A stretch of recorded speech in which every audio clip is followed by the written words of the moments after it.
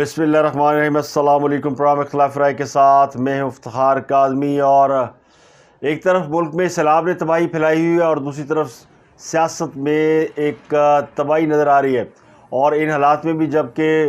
ملک کے حکمرانوں کو اور سیاستدانوں کو، خواہ وہ حکومت میں ہوں اپوزیشن میں ہوں، ان کو اس بات کا خیال کرنا چاہیے کہ سیلاب زدگان کی ریہیبلیٹیشن کے لیے، ان کی مدد کے لیے کام کریں۔ سیاست میں اس وقت طوفان آیا ہوا ہے اور سیاستدان آپس میں گتھم گتھا ہوئے ہیں، اور اس سے زیادہ افسوس کی بات اور کیا ہو سکتی ہے کہ 4 صوبوں میں حکمران جماعت کے رہنما جناب عمران خان صاحب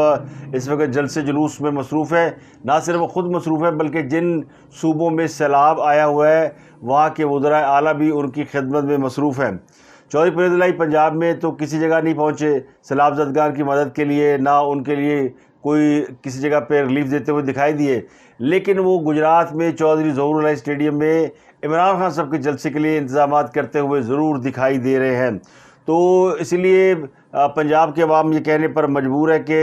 یہ پرویز الہی ہے یا عذاب الہی ہے، کیونکہ پاکستان کے 4 صوبوں میں آلموسٹ سیلاب سے لوگ متاثر ہیں اور نقل مکانی کا سلسلہ جاری ہے۔ لوگ بے سر و سامانی کا عالم ہے، کچھ لوگ سڑکوں پہ آباد ہیں، کچھ اپنے گھروں کو چھوڑ کر کسی اور جگہ پر کھلے میدانوں میں آباد ہے، لوگوں کے پاس ٹینٹ نہیں، خیمے نہیں۔ اور یہاں پر جب دوسری طرف یہ دیکھا جاتا ہے کہ ایک طرف پنڈال سجا ہوا ہے، پورا لائٹوں کا اہتمام کیا ہوا ہے، کم میں چل رہے ہیں، نغمے چل رہے ہیں، میوزک بج رہا ہے، تو اس طرح کا ماحول ہے کہ جیسے ایک گھر میں مرگ کا سما ہو اور اس کے ساتھ والے گھر میں شادی کی تقریب منعقد کی جائے۔ ویسے ایسا پاکستانی معاشرے میں، کیا دنیا کے کسی معاشرے میں نہیں ہوتا کہ اگر آپ کے ہمسائے میں سوگ ہو تو آپ کے گھر میں خوشی کی کوئی تقریب منعقد ہو، لیکن یہ پاکستان ہے اور پاکستان کے حکمران یہ کوئی اور نہیں کر رہا، یہ وہ لوگ کر رہے ہیں جو کہ پاکستان کی عوام کی تقدیر سنوارنے کا دعویٰ رکھتے ہیں۔ کل خان صاحب نے بھی سرگودا میں اور ایک اور جگہ پہ جلسہ کیا، اور انہوں نے اس کے اندر بہت ساری ایسی باتیں کی ہیں جس سے یہ لگتا ہے کہ وہ اسلام آباد کو بند کرنے کا ارادہ رکھتے ہیں، اور انہوں نے دھمکی دی ہے کہ ان کے پاس اتنی طاقت ہے اور ان کے پاس ان کے ساتھ اتنی عوام ہے اور 4 صوبوں میں ان کی حکومت ہے تو وہ کسی بھی وقت اسلام آباد کو بند کر سکتے ہیں۔ انہوں نے یہ بھی دعویٰ کیا کہ ان کو دیوار سے لگایا جا رہا ہے، اور ان کو دیوار سے اتنا مت لگایا جائے کہ وہ ان لوگوں کی شکلیں عوام کے سامنے لے آئیں بقول ان کے جنہوں نے سازش کر کے انہیں اقتدار سے نکالا، اور ان کی تعداد 4 ہے۔ خان صاحب نے 4 افراد کو ٹارگٹ کیا ہے، اور ہر جلسے کی طرح انہوں نے اس جلسے میں بھی ایک نئی بات کر دی ہے کہ ان کو اقتدار سے نکالنے والے یا سازش کرنے والے کل 4 لوگ ہیں۔ تو لوگ اب ان کے بارے میں اسپیکولیشن کر رہے ہیں کہ وہ کون لوگ ہیں۔ تو کہنے والے کہتے ہیں جن میں سابق وزیر اعظم شاہ خان عباسی بھی شامل ہیں کہ خان صاحب کو وہ نام بتا دینے چاہیے، اور پوری پاکستانی قوم ان سے مطالبہ کرتی ہے کہ وہ اپنے خلاف سازش کرنے والوں کا نام بتائیں، تاکہ اس ملک کے اندر اگر کوئی منتخب حکومت کے خلاف سازش کرتا ہے تو اس کا عوام کو علم ہونا چاہیے۔ محض کسی کو XYZ کہنے سے اور ABC کہنے سے کام نہیں چلے گا۔ تو خان صاحب نے یہ دھمکی کس کو دی، کیا کوئی پیغام دیا انہوں نے؟ ان کی تقریر جو تھی سرگودا میں وہ خاصی جارحانہ تھی، اگریسو تھی، اور اس کے اگریشن کے پیچھے ایک بڑی سادہ سی وجہ ہے کہ کل ان کی ایک مقدمے میں پیشی ہوئی تھی، اور اس پیشی کے بعد انہیں حاضری سے استثناء بھی نہیں ملا تھا، تو ان کو اس بات کی کافی تکلیف تھی، اور اس کے علاوہ صحافیوں نے کافی سخت سوال بھی کیے تھے۔ تو اب خان صاحب کو لگتا یوں ہے کہ ان کے گرد گھیرا تنگ ہو گیا ہے اور ان کو دیوار سے لگایا جا رہا ہے یا دیوار سے لگایا جا چکا ہے، تو اس لیے انہوں نے اب اسلام آباد بند کرنے کی دھمکی دی ہے۔ اور یہ جتنا بھی مجھے دیوار سے لگائیں گے، یاد رکھیں کہ میں تو وہ کپتان ہوں، جتنا آپ مجھے دیوار سے لگائیں گے میں تو اور لڑوں گا، میں تو اور مقابلہ کروں گا، اور یہی نہ ہو جائے کہ مجھے اتنا آپ دیوار سے لگائیں کہ میں ساری قوم کے سامنے ان ساری لوگوں کی شکلیں رکھ دوں جنہوں نے اپنے مفادات کے لیے اس ملک کو اس مشکل میں ڈالا ہے۔ مجھے ادھر تک نہ دکھیلو۔ 4 مہینے سے میں صبر کر رہا ہوں، میں اپنے ملک کے لیے صبر کر رہا ہوں، میرے لیے اس وقت قوم میرے ساتھ کھڑی ہے۔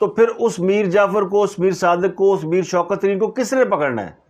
اس کو باہر سے آ کے کوئی انڈیا کی پولیس پکڑے گی، کوئی صومالیہ سے لوگ آئیں گے، کوئی امریکہ سے آئے گا پکڑنے کے لیے کہ جی شوکت ترین صاحب آپ نے پاکستان کے خلاف سازش کی ہے؟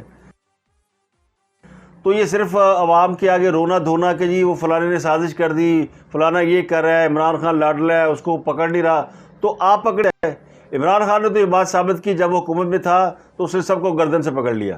کوئی اس سے بچ نہیں پایا، چاہے زرداری صاحب تھے، چاہے وہ شہباز شریف تھا یا کوئی بھی تھا، وہ کم از کم یہ نہیں کہہ سکتے تھے کہ جی عمران خان صاحب اگر کہتے تھے فلانا کرپٹ ہے، چور ہے اور وہ باہر پھر رہا ہے، عمران خان صاحب نے اس کو اٹھا کے اندر کر دیا، چاہے اس پہ کیس تھا چاہے نہیں تھا۔ اسی طرح اگر آپ الزام عائد کرتے ہیں تو یا تو ان کو اٹھا کے اندر کر دیں تاکہ لوگوں کو پتہ چلے کہ ان پہ فلاں الزام تھا، ان کو فلاں الزام کے تحت اندر کیا گیا۔ اب الزام صحیح نکلے غلط نکلے یہ کام عدالتوں کا ہے، فقط صرف رونے دھونے سے اور وہ کرنے سے اس کا کوئی فائدہ نہیں ہونا، یہ بہت لوگ کر چکے ہیں۔ خبر یہ ہے کہ سپریم کورٹ نے اداروں کے خلاف تقریروں کے معاملے پر جو درخواست تھی اس کی سماعت کے لیے تاریخ مقرر کر دی ہے اور 8 سپٹمبر کو اس کی سماعت ہوگی، اور چیف جسٹس پاکستان جناب عمر عطا بندیال نے اس کیس کی سماعت کے لیے 2 رکنی بینچ بنا دیا ہے۔ ججوں کے نام آپ کو بتا دیتا ہوں، ان میں جسٹس اعجاز الحسن اور جسٹس مظاہر نقوی شامل ہیں،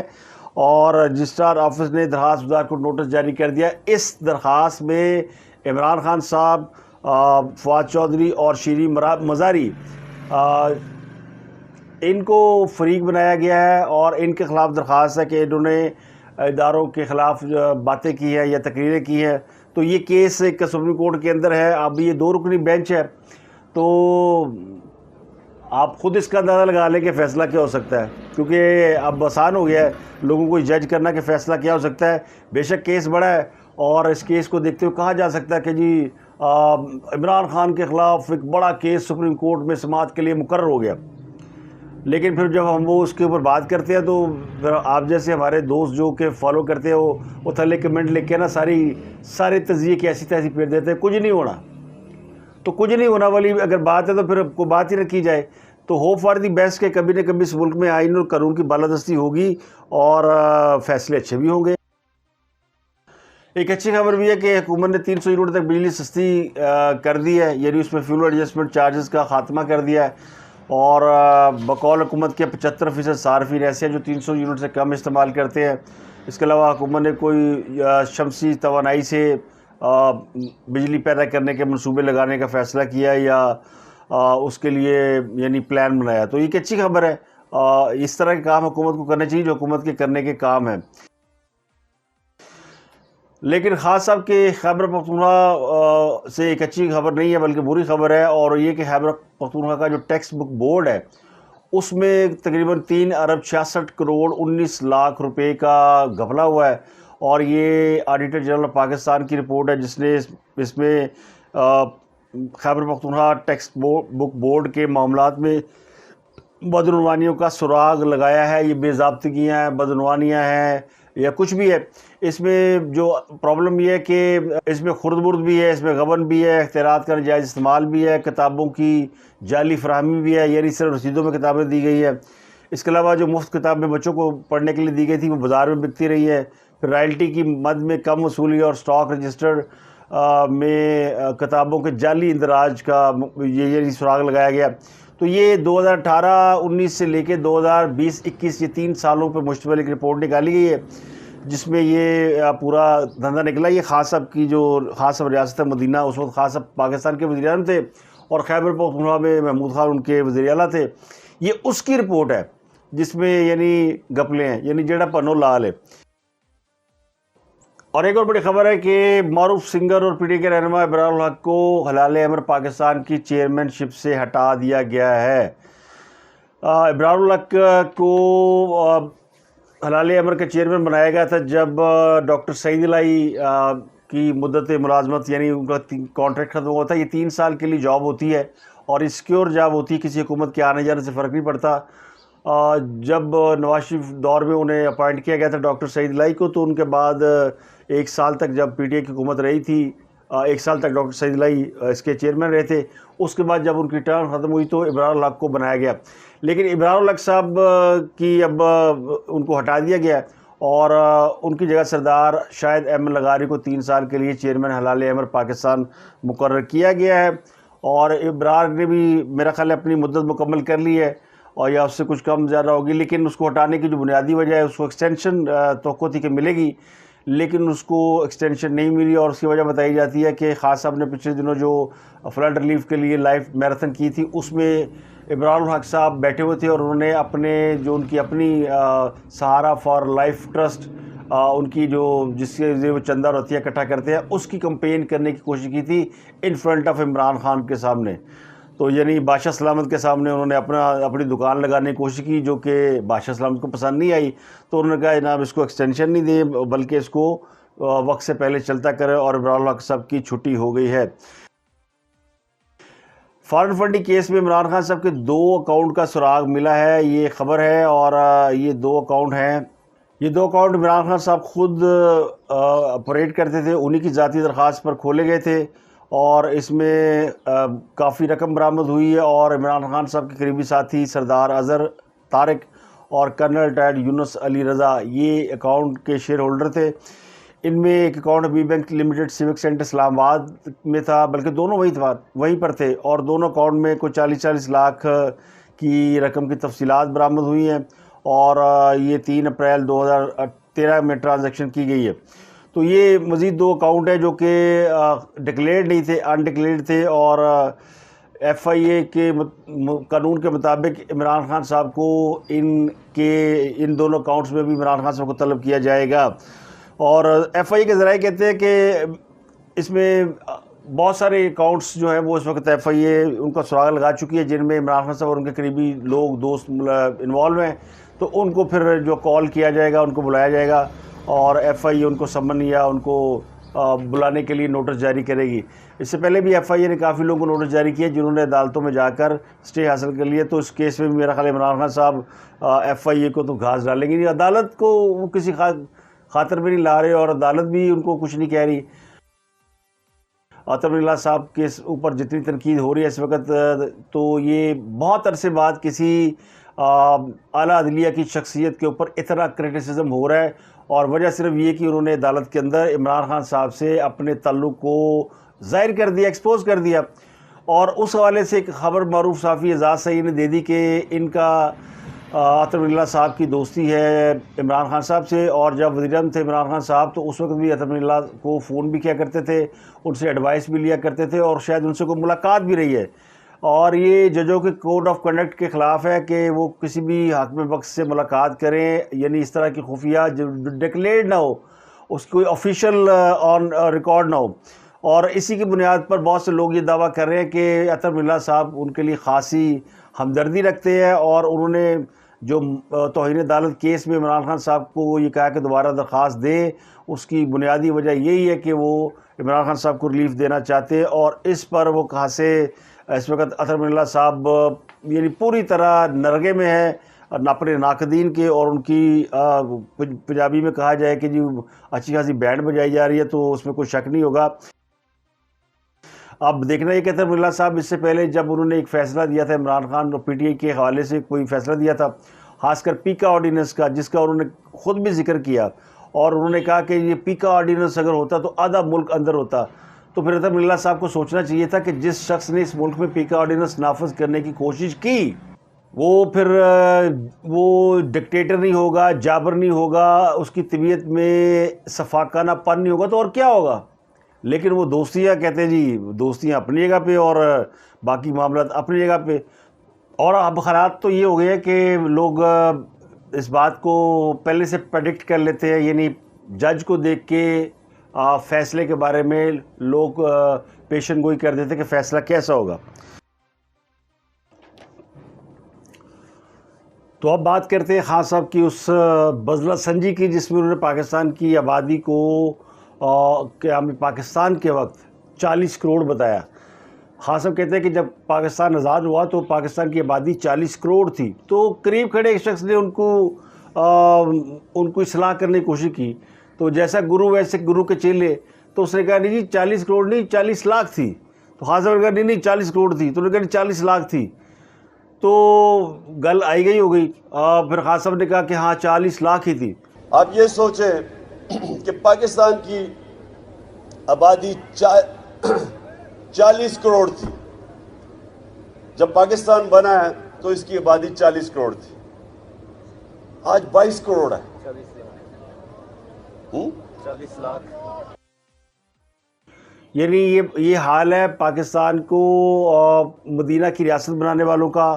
عوام کو حقیقی آزادی کے نعروں کے، ٹرک کی بتی کے پیچھے لگانے والوں کا. کل کو خان صاحب نے کہنا کہ مجھے یہ بات ایجنسیوں نے بتائی تھی. خان صاحب کو تو پتا ہوتا کچھ نہیں ہے. نواز شریف کرپٹ تھا تو ان کو یہ بات ایجنسیوں نے بتائی تھی. جرمنی اور جاپان کی سرحدیں ملتی ہیں آپس میں، یہ بات بھی انہیں کسی ایجنسی نے بتائی تھی. تو خان صاحب کی اس طرح کی جو بونگی ہے نا ماشاءاللہ وہ کوئی پہلی نہیں ہے. تو ان کے جو ماننے والے ہیں وہ ان کو خان صاحب کی سادگی قرار دیتے ہیں. پاکستان کی جو پہلی مردم شماری تھی وہ 9 سے 28 فروری 1951 تک ہوئی تھی، جس کے مطابق کل آبادی تھی 7 کروڑ 56 لاکھ 42 ہزار، اور جب پاکستان آزاد ہوا تو تقریباً 4.5 کروڑ تھی. اور یہ 51 میں جب مردم شماری ہوئی تو یہ 7 کروڑ ہو چکی تھی، جس میں مشرقی پاکستان اور مغربی پاکستان،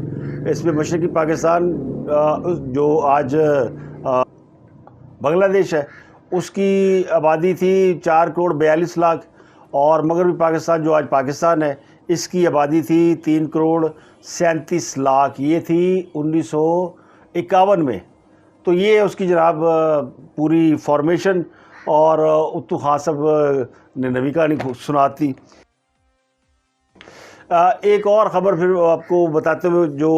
شروع میں نے بتائی تھی کہ ایک جرنیل کو معافی مل گئی ہے. جنرل ریٹائرڈ نعیم لودھی صاحب کی پینشن اور مراد بحال کر دی گئی ہے. اور اطلاع یہ کہ فوج کے اندر ایسے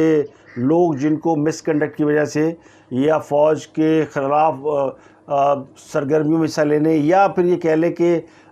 فوج کے منع کرنے کے باوجود سیاسی سرگرمیوں میں حصہ لینے پر جن کے مکھو ٹھپے گئے تھے، جن کی پینشن مراد روکی گئی تھی، وہ بندے پتر بن گئے سارے. اور ان میں سے اکثریت جو ہے وہ اب آپ کو ٹیلی ویژن اسکرینوں پر نظر نہیں آتی. اور جس کام سے انہیں منع کیا گیا تھا، یعنی وہ جو ایکس ملٹری آفیشل تھے، ان کے اندر جتنے لوگوں کے اندر یوتھیا پن کا کیڑا تھا، وہ سنا یہ کہ وہ کیڑا یا تو مر گیا ہے، یا وہ کہیں سو گیا، کہیں غائب ہو گیا، یا وہ سن ہو گیا. تو اب ان کی جو تنخواہیں مراد ہے اور پینشن وغیرہ یہ ساری بحال کر دی گئی ہے. تو چلے اچھی بات ہے. جنہوں نے فوج کے اندر اتنی سروسز انجام دی، اگر وہ رائے راست پر آ گئے ہیں تو ان کی تنخواہیں مراد جو ہے وہ بحال کر دینی چاہیے. تو خان صاحب نے جو کل گفتگو کی تھی اس میں، تو خان صاحب نے سرگودا کے جلسہ عام میں اب انہوں نے جو دھمکی لگائی کہ اسلام آباد کو بند کر دیں گے، اور 4 لوگوں کا انہوں نے نام لیا. تو خان صاحب نے پہلے 4 حلقوں کی بات کی تھی. آپ کو یاد ہوگا پچھلے الیکشن میں 2013 کے وہ کہتے ہیں 4 حلقے کھول تو اس میں دھاندلی ہوئی ہے. اب وہ کہتے ہیں 4 لوگوں نے میرے خلاف سازش کی ہے. پھر انہوں نے 35 پنکچر کی کہانی چلائی تھی، پھر امریکی سازش کی، پچھلے دنوں سائفر کی کہانی چلائی. اب وہ کہتے ہیں 4 افراد نے میرے خلاف سازش کی ہے. تو یہ خان صاحب کے پاس کوئی ایسی پٹاری ہے جس میں سے وہ روز کوئی ایک نئی کانسپریسی نکال لیتے ہیں اور ایک سازش کی کہانی لوگوں کو سناتے ہیں اور لوگ ان کو بائی کرتے ہیں. تو پاکستان کے اندر مجھے لگتا ہے جو سب سے زیادہ چیز بکتی ہے، سب سے زیادہ لوگ جس چیز کو بائی کر رہے ہیں وہ کانسپریسی تھیوری ہے. اب پتہ نہیں لوگوں کو حقائق پسند نہیں ہے، وہ سازشی تھیوریوں کو زیادہ پسند کرتے ہیں. تو اسی طرح سازشی تھیوریوں پہ کام کرنے والے اینکر اور سازشی تھیوریاں دینے والے صحافی وہ بھی اسی طرح پاپولر ہیں، اور اس طرح جو لیڈر ہیں کانسپریسی تھیوری دینے والے وہ بھی بڑے پاپولر ہیں. تو اب خان صاحب جو ہے دراصل وہ جو شاعر ہے وہ یہ کہہ رہا ہے کہ مجھے بچاؤ اور مجھے یہ جتنے میرے خلاف مقدمات ہیں یہ بند کیے جائے، مجھے این آر او دو. تو خان صاحب نے کا جو کل کا جلسہ تھا اگر اس کو آپ غور سے دیکھیں تو اس بات میں کوئی شک نہیں کہ وہ اپنے لیے این آر او کی تلاش میں ہے. وہ کہہ رہے ہیں کہ مجھے این آر او دے دو تو میں پھر یہ اسلام آباد میں نہیں آؤں گا. یہی مطلب ہے نا کہ اگر خان صاحب پہ مقدمہ ختم کر دیا جائے تو وہ دیوار سے نہیں لگیں گے، اور اگر وہ دیوار سے نہیں لگیں گے تو اسلام آباد چڑھائی نہیں کریں گے. تو خان صاحب اپنے مقدمات سے این آر او بھی مانگ رہے ہیں اور یہ بھی کہہ رہے ہیں کہ جناب مجھے اپنے کندھوں پر بٹھا کر کرسی پہ بٹھا کر آئے، کندھوں پہ اٹھا کر کرسی پہ بٹھا کے، ورنہ میں رولا پاواں گا، میں تھوڑے نام دس دیاں گا. تو اللہ کا واسطہ خان صاحب نام بتا دے اپنا، نہیں تو کسی اور دے بھلا کر دیو. تو اب تک کے لیے اتنا ہی. آپ سے ملاقات ہوتی ہے اگلے ولاگ میں. اپنا گرد و نواح کے لوگوں کا بہت خیال رکھیے.